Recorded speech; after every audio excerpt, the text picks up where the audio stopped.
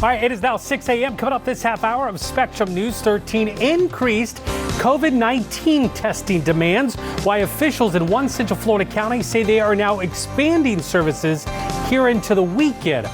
Back to school plans still up in the air. The new learning option Orange County schools, though, now pushing for. And civil rights leader and U.S. Representative John Lewis has died. Look back on the legacy of the man known as the conscience of Congress.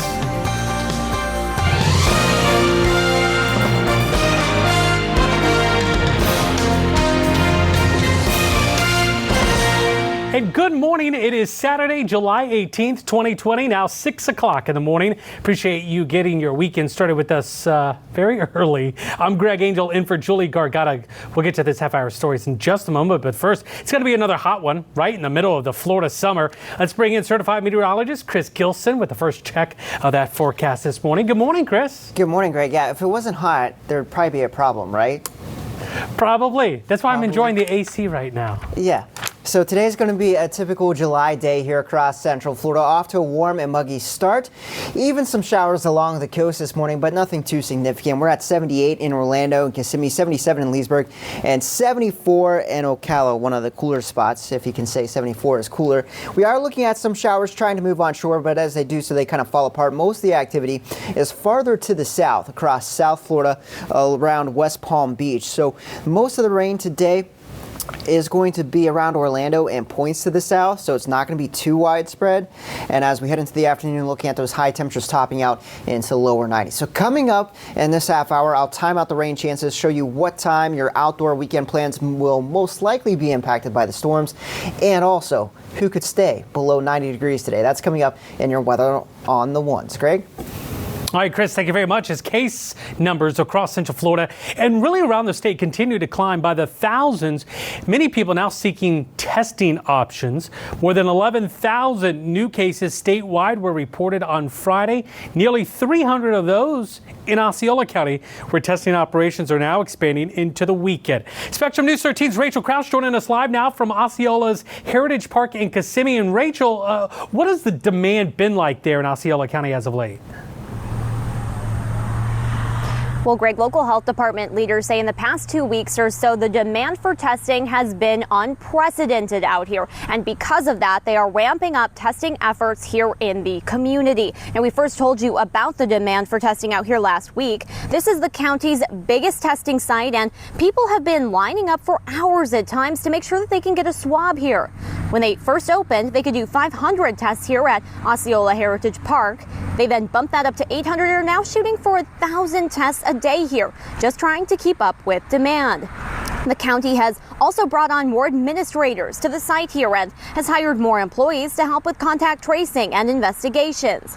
Friday, Osceola County reported 286 new cases of coronavirus, bringing their total case numbers to more than 5,500, which is the third highest in Central Florida. Now, again, in recent days, there have been long lines out here at the drive-through testing site. So if you do want to come out, you want to make sure you give yourself plenty of time. Osceola Heritage Park will be open for testing here from 8 in the morning until noon, both today and Sunday, and no appointment is needed. Reporting live in Kissimmee, Rachel Krause, Spectrum News 13. Rachel, thank you very much. We also want to let you know about a big change at the testing site at the Orange County Convention Center. They are also now offering self-swab testing for people with coronavirus symptoms. Again, this is a new effort by the state to decrease wait times to get faster test results. There is about a 72-hour turnaround time. Wait times for a test in the morning will require a little bit of patience. If you want to get tested, plan ahead, a little bit of patience, a little bit of planning, watch and see, because around lunchtime the lines get whittled down and then you can come out and get in and out by the end of the day. There were about 198 self-swabs done on Friday. Tests are available for anyone 5 years old or older with symptoms. To get a test done, you do need to register beforehand. Just head to doineedacovid19test.com. Meanwhile, on Friday, as we mentioned a moment ago, the state saw more than 11,000 new cases in a single day. Florida Department of Health also reporting an additional 128 deaths, bringing the state's death total close to 5,000. Statewide, there are now more than 327,000 cases. So let's look at the rundown here in Central Florida. Orange County, they saw a jump of 750 cases. Osceola and Polk counties also recorded more than 200 new cases. There are more than 100 new cases in Lake and Brevard counties. The only counties that didn't see a three-digit increase were Marion, Sumter, and Flagler counties. Governor Ron DeSantis commended the effort to protect the vulnerable communities throughout the state. You know, if you compare how we handled our most vulnerable population with our long-term care facilities by limiting access immediately, by having PPE, we were the only state sending massive shipments of PPE to our long-term care facilities.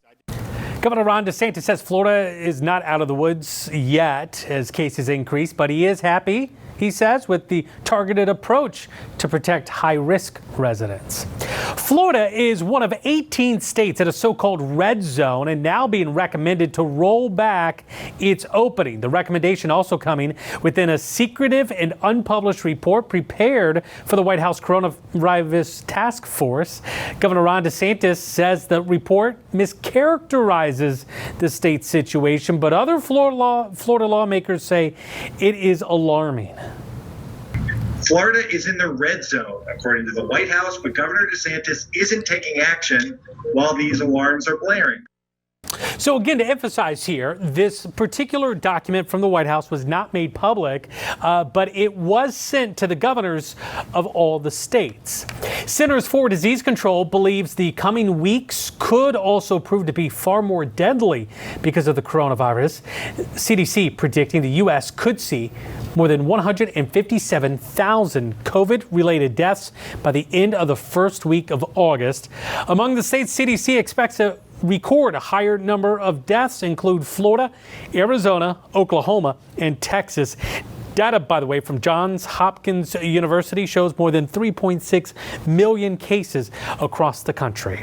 All right, it is 6:07 now. Orange County Public Schools set to start in August, but that does not mean kids are going to be heading back into the classroom. Friday, the Orange County School Board decided to send their Launch Ed reopening plan to the state for approval.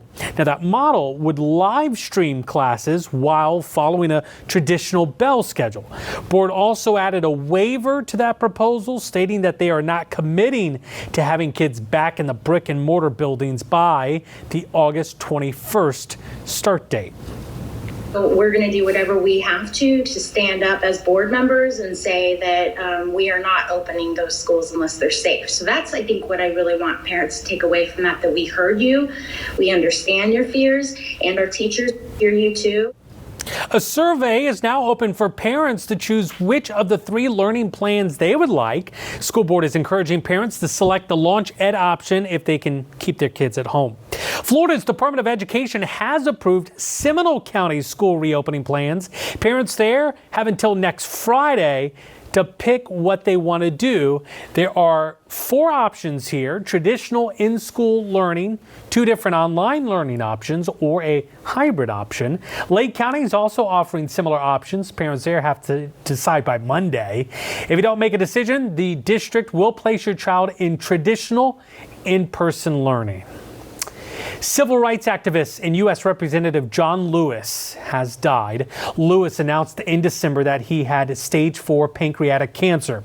Lewis, often called the conscience of Congress, represented Georgia's 5th district since the late 80s.